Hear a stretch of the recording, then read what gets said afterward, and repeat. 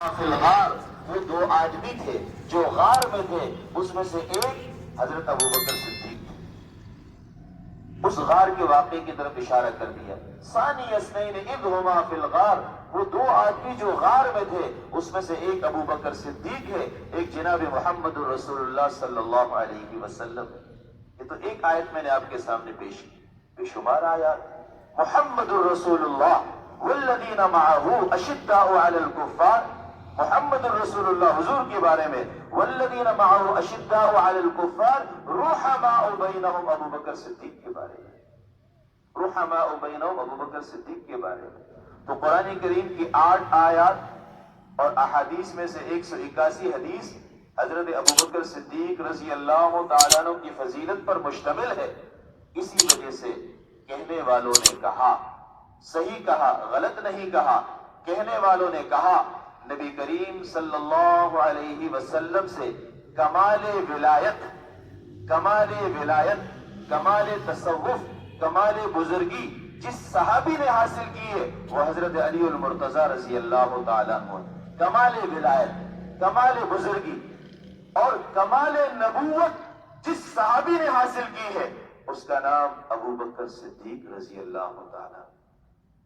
کمال ولایت حاصل کرنے والے، کمال ولایت اور بزرگی حاصل کرنے والے حضرت علی المرتضی رضی اللہ تعالیٰ عنہ ہے، اور کمال نبوت، حضور کی ساری کمالات حاصل کرنے والے، جس کو کمال نبوت آپ کہتے ہیں، وہ حاصل کرنے والے حضرت ابو بکر صدیق رضی اللہ تعالیٰ۔ اس کو دوسرے انداز سے سمجھاتا ہوں میں آپ کو۔ بھائیو دوستو، آپ دنیا میں رہتے ہیں، دنیا کا نظام ہے، رات بھی ہے، کچھ احباب سونے کی کوشش کر رہے ہیں، ان کو جگا لیں۔ کچھ احباب سونے کی کوشش کر رہے ہیں، یہ سونے کا مقام نہیں ہے، جاگنے کا مقام ہے، ان کو جگا لیں جو سو رہے۔ میں نے آپ سے کہا کمال نبوت حضرت ابوبکر صدیق نے حاصل کی۔ میں نے آپ سے کہا دنیا کا نظام یہ ہے، دنیا کا نظام یہ ہے، دن بھی ہے، رات بھی ہے، اور رات گزرنے کے بعد دن کی آمد پر سورج کا طلوع ہونا اور سورج کی کرنوں کا روشن ہونا۔ میں آپ سے پوچھتا ہوں، سورج جب طلوع ہوتا ہے، طلوع ہونے کے بعد اس کی روشنی سب سے پہلے کس پر پڑتی ہے؟ بلند و بالا عمارت پر پڑتی ہے، پہاڑوں پر پڑتی ہے۔ جب یہ نبوت کا سورج طلوع ہوا، اس نبوت کی سورج کی شمع سب سے پہلے جس پر پڑی، جس پر اثر ہوا، وہ ابو بکر صدیق رضی اللہ تعالی۔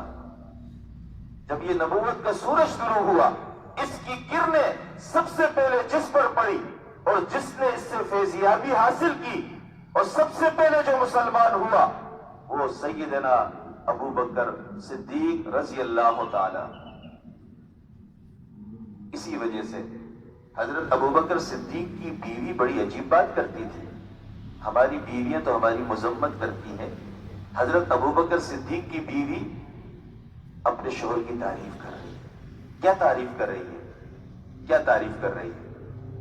تعریف یہ کر رہی ہے، حضرت ابو بکر صدیق کی بیوی یہ کہتی ہے، حضرت ابو بکر صدیق کو اللہ نے اتنا بڑا مقام عطا فرمایا، نماز کی بنا پر نہیں، زکوٰۃ کی بنا پر نہیں، نفلی روزوں کی بنا پر نہیں، حج کی بنا پر نہیں، اللہ نے حضرت ابو بکر صدیق کو اتنا بڑا جو مقام عطا فرمایا، امت کا جو درد حضور کی سینے میں ہے وہی درد ابو بکر کے سینے میں ہے۔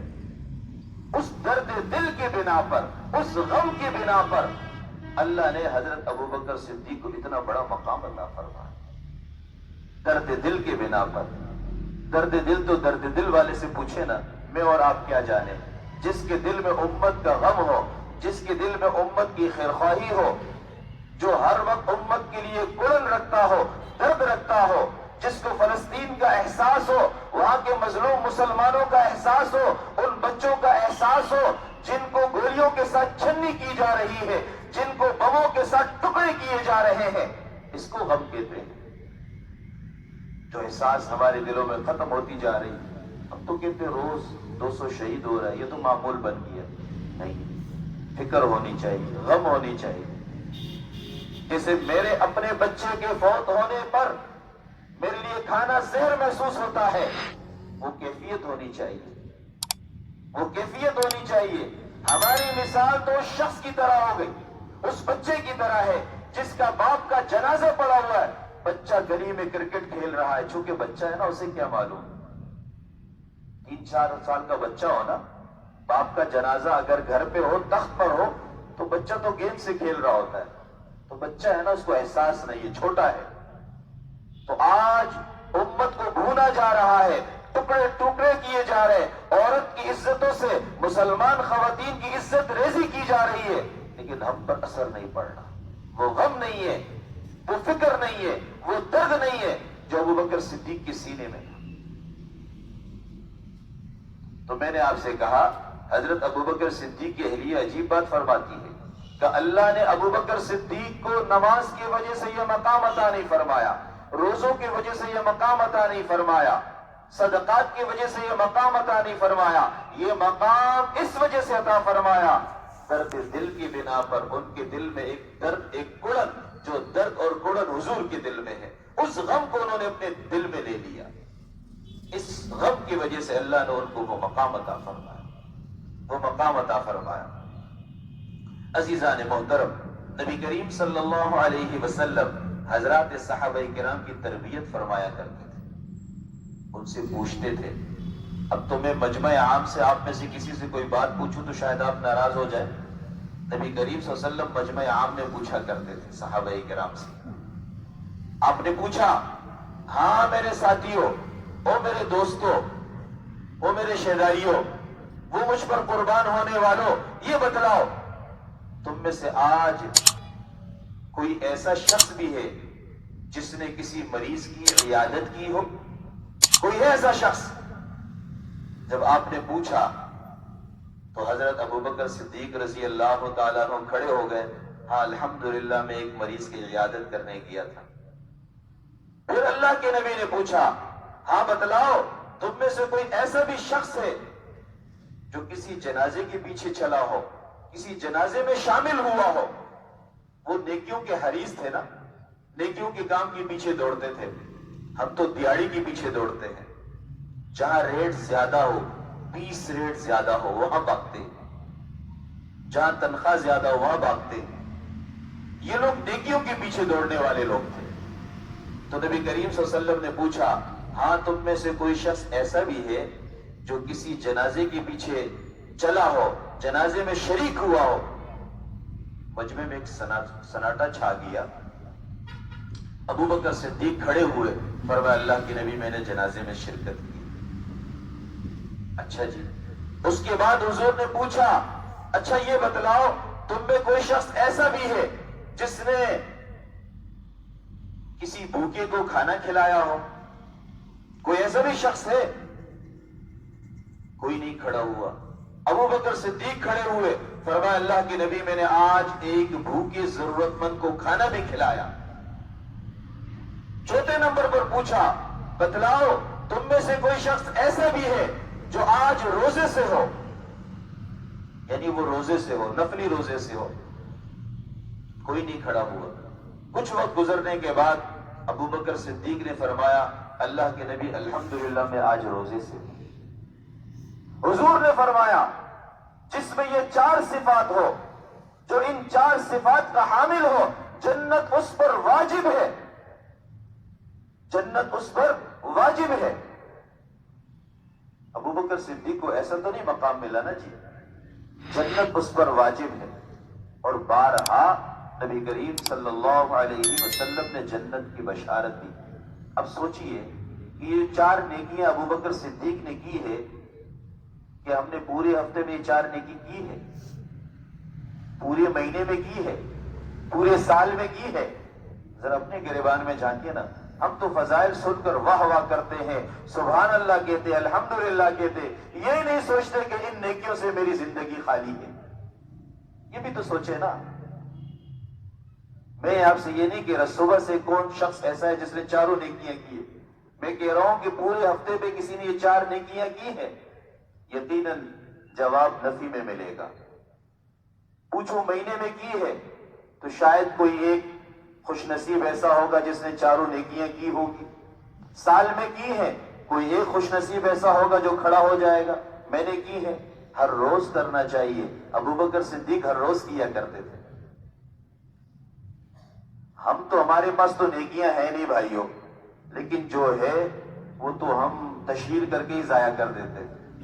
جو نیکیاں ہیں تصویریں کھنچوا کر تشہیر کر کے فیس بک میں دے کے یوٹیوب میں دے کے دوستوں کو بتلا کے بیوی کو بتلا کے ساری نیکیاں ضائع کر کے پھر سوتے ہیں. اخلاص للہیت ہماری زندگیوں میں بہت کم ہے. کرتے کم ہے، بتاتے زیادہ ہے. ہمارے اکابر بڑے بڑے کام کرتے تھے، چھپتے پھرتے تھے، اور ہم چھوٹے چھوٹے کام کر کے چھپتے پھرتے ہیں. چھپائی اخبارات میں، تشہیری اداروں میں. فرق یہ ہے ہمارے اکابر بڑے بڑے کام کر کے چھپتے پھرتے تھے. میں اور آپ کچھ بھی نہیں کرتے، چھپتے پھرتے ہیں، تشہیر کرتے پھرتے ہیں، تشہیر کرتے پھرتے. بہرحال نیکیاں کرنا تو آسان ہے، نیکیوں کو سنبھالنا آسان نہیں. نیکی بھی کرے اور اس کو سنبھال کے بھی رکھے تاکہ قیامت کے دن کام آ جائے. دنیا میں ضائع نہ کرے اس کو. اس کی کرنسی کی قدر وہاں ہوگی، یہاں نہیں ہے. یہ نیکی کی کرنسی جو ہے اس کی قدر وہاں ہوگی، یہاں نہیں ہے. بہرحال بات چل رہی تھی. نبی کریم صلی اللہ علیہ وسلم نے 4 صفات کے بارے میں سوال کیا. سب کے جواب ابو بکر صدیق نے فرمایا کہ ہاں الحمدللہ یہ نیکیاں میں نے کی ہے. اور حضرت ابو بکر صدیق وہ خوش نصیب انسان ہیں کہ آپ کا پورا گھرانہ حضور کی خدمت میں مصروف رہا کرتے تھے. جب آپ ہجرت کرنے جا رہے ہیں تو آپ سب سے پہلے ابو بکر صدیق کے گھر میں گئے اور اپنے ارادے کو ظاہر کیا. فلاں دن فلاں رات ہم جائیں گے. اچھا جی، ابو بکر صدیق نے 2 گھوڑے یا 2 اونٹ تیار کر لیے خاص قسم کے کہ ہم دونوں دوست ہجرت کر کے جائیں گے. اب جب ہجرت کر رہے ہیں ابو بکر صدیق تیاری کرنے میں مصروف ہے، خود بھی خدمت میں مصروف ہے. بیوی سے کہا تم کھانا بناؤ گی، اور بیٹے سے کہا سارا دن مشرکین مکہ کی باتیں سن کر بکریاں چرانے کے بہانے سے ہم تک خبر پہنچا دینا. اور غلام سے کہا بکریاں چرانے کے بہانے سے بکریوں کو قریب لا کے دودھ نکال کر ہمیں پلا دینا. غلام بھی خدمت میں مصروف ہے. بیٹی سے کہا تمہاری اماں کھانا پکائے گی، وہ کھانا باندھ کر چھپا کر ہم تک پہنچا دینا. سب اپنی اپنی ذمہ داریاں نبھا رہے ہیں. بیوی بھی خدمت میں مصروف، ابو بکر صدیق بھی خدمت میں مصروف، بیٹی بھی خدمت میں مصروف، بیٹا بھی خدمت میں مصروف، غلام بھی خدمت میں مصروف. پھر ان پر ایسے حالات آئے، مکہ کا ابو جہل، مکہ کا فرعون حضور کو تلاش کرنے میں ہے لیکن کوئی سراغ نہیں ملا. لیکن اسے بھی اندازہ تھا جہاں ابو بکر ہوں گے وہاں حضور ہوں گے، جہاں حضور ہوں گے وہاں ابو بکر صدیق ہوں گے. سیدھا وہ ابو بکر صدیق کے گھر پہنچا. اس وقت وہ پہنچا، حضرت ابو بکر صدیق کی بیٹی حضرت اسما بنت ابو بکر کھانا کھلا کر واپس آ رہی تھی خالی برتنوں کے ساتھ. اسے اندازہ ہو گیا معاملہ گڑبڑ ہے. اسما سے پوچھا بتلاؤ تمہارے والد کہاں ہے؟ کہا مجھے کیا معلوم. بولا ہاں تمہیں تو معلوم ہے تمہارے والد اور حضور کہاں ہے، بتلاؤ. اس نے کہا میں نہیں بتلاؤں گی، میں نہیں بتلاؤں گی. ابو جہل نے زوردار تھپڑ مارا جس کی بنا پر حضرت اسما ننھی جان زمین پہ گر جاتی ہے اور سر پھٹ جاتا ہے اور سر سے خون جاری ہو جاتا ہے. اور بیٹی جواب دیتی ہے، اسما کہتی ہے ابو جہل سے کہتی ہے تو میری جان کو تو لے سکتا ہے، میں اپنے جان تیرے حوالے کر سکتی ہوں، محمد عربی کو تیرے حوالے نہیں کر سکتی. جیسا ابو بکر ہے ایسے اس کے اولاد ہے. میں جان دے سکتی ہوں، محمد عربی کو تمہارے حوالے نہیں کر سکتی.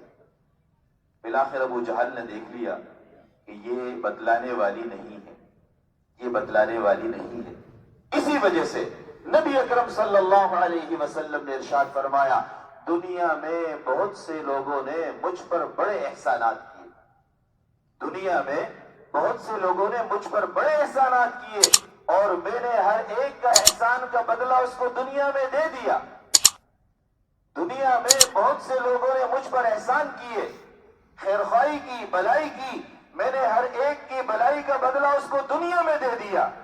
سوائے ایک شخصیت وہ ہے جس نے میرے ساتھ وہ احسان والا معاملہ کیا، وہ بلائی والا معاملہ کیا. میں محمد عربی اس کا بدلہ نہیں دے سکتا، اس کا بدلہ میرا رب ہی عطا فرمائیں گے. اور وہ ابو بکر صدیق ہے، وہ ابو بکر صدیق ہے. اس کے احسانات کا بدلہ میں نہیں دے سکتا، میرا رب دیں گے، میرا رب دیں گے. اب اندازہ لگائیے کتنا احسان کیا ہوگا، کتنی خدمت کی ہوگی ابو بکر صدیق نے. حضور یہ جملہ ایسے تو نہیں کہہ رہے، مبالغہ آرائی تو نہیں کر رہے. وہ سیاست کا دور تو نہیں تھا، الیکشن کا دور تو نہیں تھا کہ اپنے کینڈیڈیٹ کو اور اپنے قائد کو رب کے برابر کر دیں. ہم الیکشن قریب آتی ہی ساری صفات کے وہ حامل بن جاتے ہیں، اور الیکشن کے دنوں میں وہ آپ کے گھر میں آتے ہیں، اور 5 سال تک پھر وہ اسلام آباد سے باہر نہیں نکلتے. وہ الیکشن کا دور تو نہیں تھا. حضور مبالغہ آرائی نہیں کر رہے، حقیقت ہے. ابو بکر صدیق نے وہ نیکیاں کی، حضور کے لیے اپنے آپ کو قربان کر دیا، اپنی زندگی کو خطرے پہ لگا دی. ابو بکر صدیق اپنے وقت کے بہت بڑے تاجر تھے. 30,000 درہم پر مشتمل آپ کی تجارت تھی اس زمانے میں. حضور کے ساتھ جڑنے سے پہلے 30,000 درہم کے مالک تھے. حضور کے ساتھ جڑنے کے بعد 30 کے 30,000 حضور پر نچھاور کر دیا، سب کچھ حضور پر قربان کر دیا. ایسا تو نہیں، اپنے گھر بار کو چھوڑا، بیوی بچے کو چھوڑا حضور کی حفاظت میں. اس وجہ سے تو اللہ کے نبی ارشاد فرما رہی ہے بات، میں نے سب کے احسانات کا بدلہ دے دیا، ابو بکر صدیق کا احسان کا بدلہ میں کبھی نہیں دے سکتا، میرا رب ہی عطا فرمائے. اور نبی کریم صلی اللہ علیہ وسلم معراج میں تشریف لے گئے. اس معراج کے سفر نے کچھ لوگوں کو زندیق بنا دیا اور کچھ لوگوں کو ابو بکر صدیق بنا دیا. اب جب حضور معراج پہ تشریف لے گئے، واپس آئے، ایک رات میں سفر کر کے آئے، مکہ میں ہلچل مچ گیا اور ابو جہل کو موقع مل گیا، یہ دیوانہ ہو گیا، یہ پاگل ہو گیا، نعوذ باللہ، عجیب و غریب باتیں کرتا ہے، یہ آسمانوں میں گیا اور یہ مسجد اقصی میں گیا، فلاں جگہ گیا، بیت اللہ پہنچا، ایک ہی رات میں ایسے کیسے ہو سکتا ہے. اور ابو بکر صدیق، ابو جہل نے سوچا بہت اچھا موقع ہے، ابو بکر کو اس کے خلاف ورغلایا جائے، اچھا موقع ہے. اور سیدھا دوڑ کر ابو بکر صدیق کے پاس آیا اور آ کر ابو جہل نے کہا، ایک شخص کہتا ہے، نام نہیں لیا، ایک شخص کہتا ہے کہ میں راتوں رات بیت اللہ سے مسجد اقصی پہنچا اور مسجد اقصی سے 7 آسمانوں کا سیر کیا، جنت کو دیکھا، جہنم کو دیکھا. ایسا ممکن ہے؟ ایسا ممکن ہے؟ یہ پوچھنے والا ابو جہل ہے. کس سے پوچھا جا رہا ہے؟ ابو بکر صدیق سے پوچھا جا رہا ہے. ایسا ممکن ہے؟ کیسا دیوانہ شخص ہے، کیسا پاگل شخص اس قسم کی باتیں کر رہا ہے. ابو بکر نے عجیب جواب دیا، فرمایا کہنے والا کون ہے یہ تو بتلاؤ، کہنے والا کون ہے یہ تو بتلاؤ.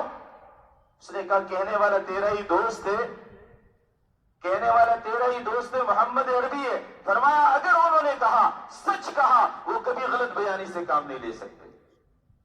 اس کے بعد سے ابو بکر کا لقب پڑ گیا صدیق اکبر، سب سے بڑا سچا صدیق اکبر. اب دیکھیں اس واقعے کی بنا پر ابو بکر صدیق اکبر بن گئے اور ابو جہل زندیق اکبر بن گئے. مزید اسلام کی دشمنی میں آگے بڑھ گیا، اس کے کفر میں اضافہ ہو گیا، اس کے کفر میں اضافہ ہو گیا. اور اس معراج کے سفر نے بہت سو کو بہت سے مقام پر پہنچا دیا. عزیزان محترم، یہی معراج کا سفر ہے. اس معراج کے سفر میں جبریل امین آپ کے ساتھ ہے، آپ کی رہبری کر رہے ہیں، آپ کی رہنمائی کر رہے ہیں. اور ہجرت کے سفر میں ابو بکر صدیق آپ کے ساتھ ہے، آپ کی رہبری اور رہنمائی کر رہے ہیں. معراج کے سفر کی بنا پر، معراج کے سفر کی بنا پر جبریل امین فرشتوں کے سردار بن گئے اور ہجرت کے سفر کی بنا پر ابو بکر صدیق صحابہ کے امام بن گئے. عزیزان محترم، تھوڑا سا آگے بڑھیے. اسی معراج، اب اسی ہجرت کے سفر کو دیکھیے. اسی ہجرت کے سفر میں بہت سی مشقتیں، تکلیفیں برداشت کر کے جب اس پہاڑی پہ چڑھ رہے تھے، نبی کریم صلی اللہ علیہ وسلم تھک چکے تھے، یا تھکنے کی بنا پر آپ پیر زمین پہ نہیں لگا رہے تھے، یا اس وجہ سے پیر زمین میں نہیں لگا رہے تھے، کھوجی آ کر پیروں کے نشانات کے ذریعے سے ہم تک پہنچ جائیں گے. حضرت ابوبکر صدیق نے فرمایا اللہ کے نبی آپ تھک چکے ہیں، میرے کندھے پر سوار ہو جائیے، میرے کندھے پر سوار ہو جائیے. پیشکش کرنے والے ابوبکر صدیق ہے، فتح مکہ کے موقع پر پیشکش کرنے والے حضرت علی ہیں. اللہ کے نبی میرے کندھے پر سوار ہو جائیے، ان بتوں کو میرے کندھے پر سوار ہو کر توڑیے. حضور نے فرمایا علی تو نبوت کے بوجھ کو نہیں اٹھا سکے گا، تو نبوت کے بوجھ کو نہیں اٹھا سکے گا. اور ہجرت کے سفر میں حضرت ابوبکر صدیق جسم کے لحاظ سے کمزور، بہت کمزور جسم کے مالک تھے، اور حضور کو جب پیشکش کی آپ میرے کندھے پر سوار ہو جائیے، میں آپ کو اپنے کندھے پر اٹھا کر اوپر لے جاؤں گا، پہاڑ کے سرے تک لے جاؤں گا، غار سور تک لے جاؤں گا. حضور سوار ہو گئے. اب جب سوار ہو گئے، سوار ہونے والے محمد عربی صلی اللہ علیہ وسلم ہے اور سواری ابوبکر صدیق ہے. اب تھوڑا سا پیچھے چلے جائیے.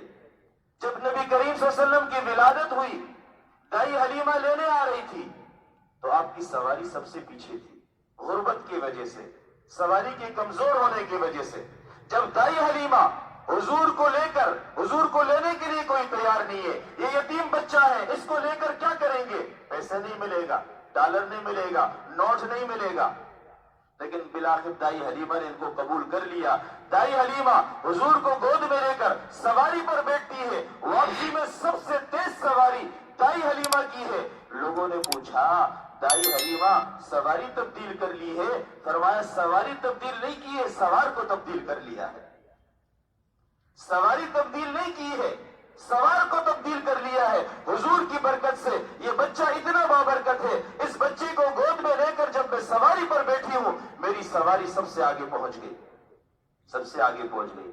یہاں پر بھی سوار ہونے والے حضور ہے، وہاں پر بھی سوار ہونے والے حضور ہے. بچپن کا واقعہ ہے، یہ جوانی کا واقعہ ہے. سوار ہونے والے حضور ہے، جس پر سوار ہو رہے ہیں وہ ابوبکر صدیق ہے. ابوبکر صدیق بھی اس سوار کے بنا پر، یہ تو سواری بنے، اس سوار کے بنا پر امت میں سب سے آگے بڑھ گئے، امت میں سب سے آگے بڑھ گئے. ادھر جبریل امین فرشتوں کے امام بن گئے، یہاں ابوبکر صدیق امت کے امام بن گئے. اور یہ اہل سنت والجماعت کا اتفاقی عقیدہ ہے، اتفاقی عقیدہ ہے کہ امت میں انبیاء کے بعد سب سے افضل ترین انسان حضرت ابوبکر صدیق ہے. ایک صحابی رسول آئے، آخری بات کر کے بات ختم کروں گا. ایک صحابی رسول آئے حضور کی مجلس میں بیٹھ گئے، بیٹھ کر تھوڑی دیر بعد واپس چلے گئے، پھر آتے بیٹھتے واپس چلے جاتے. حضور نے ایک دن پوچھا ارے دیوانے تو آتا ہے بولتا کچھ نہیں ہے، دیکھ کر چلے جاتا ہے. وہ کہتا ہے اللہ کے نبی میں گھر میں ہوتا ہوں، میرا جی چاہتا ہے میں آپ کے چہرے انور کی زیارت کروں، اس زیارت کے لیے آپ کے مجلس میں آتا ہوں اور زیارت کر کے واپس چلے جاتا ہوں، میرا مقصد پورا ہو جاتا ہے.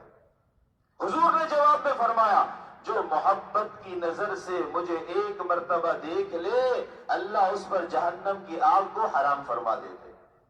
جو محبت کی نظر سے مجھے ایک مرتبہ دیکھ لے اللہ اس پر جہنم کی آگ کو حرام فرما دیتے. ابوبکر صدیق کی بات سنیے. ابوبکر صدیق فرماتے ہیں غربت کا عالم یہ تھا میں سب کچھ لٹا چکا تھا، گھر میں کھانے کو کچھ نہیں ہوتا تھا، فقر و فاقے کی زندگی ہوتی تھی. جب بھی بھوک لگ جاتی تھی میں حضور کی مجلس میں آتا، آپ کے چہرے کو دیکھتا اور میری کھانے کی حاجت ختم ہو جاتی، میرا پیٹ بھر جاتا. حضور نے تو فرمایا جس نے مجھے ایک مرتبہ محبت کی نظر سے دیکھا اللہ اس پر جہنم کی آگ کو حرام فرمائیں گے. وہ ابوبکر صدیق بچپن سے جوانی سے بڑھاپے تک کس کو دیکھتے رہے؟ حضور کو دیکھتے رہے. غار میں کس کے چہرے کی زیارت کرتے رہے؟ حضور کی زیارت کرتے رہے. تو جب ایک ایک مرتبہ دیکھنے والے پر اللہ جہنم کو حرام فرما دیں گے تو وہ ابو بکر صدیق تو زندگی بھر دیکھتا رہا، سب سے زیادہ فیض حاصل کرنے والے ہیں، اس کا کیا مقام ہوگا؟ اس کا مقام یہ ہے، حضور نے فرمایا میرے امت کے ادھیر عمر کے جو لوگ ہیں ان کے سردار جنت میں ابو بکر صدیق اور عمر فاروق ہوں گے۔ بقیہ باتیں انشاءاللہ آئندہ جمعے۔ وآخر دعوانا ان الحمد للہ رب العالمین۔